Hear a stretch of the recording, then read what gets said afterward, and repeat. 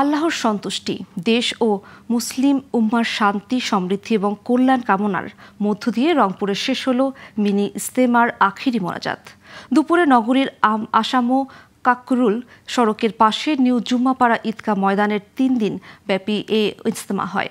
আখিরি মোনাজাতে লক্ষাধিক মুসল্লি সৎ ও ন্যায়ের পথে থেকে ইসলামের মর্মবাণী অনুসরণের জন্য আল্লাহর করুণা প্রার্থনা করেন। এদিকে ইজতেমার শেষ দিনের আখিরি মোনাজাতে অংশ নিতে ভোর থেকেই নগরীর 33টি ওয়ার্ড সহ রংপুর বিভাগের বিভিন্ন জেলা থেকে ধর্মপ্রাণ মুসল্লিরা ইজতেমা ময়দান ও আশেপাশে অবস্থান নেন।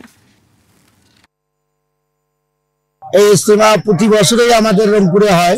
এখানে অনেক লোকের সমাগম হয়েছে, কিন্তু জায়গার সংকট। বিভিন্ন জেলা থেকে অনেকেই এই মিনি বিশ্ব ইজতেমাতে এসেছেন।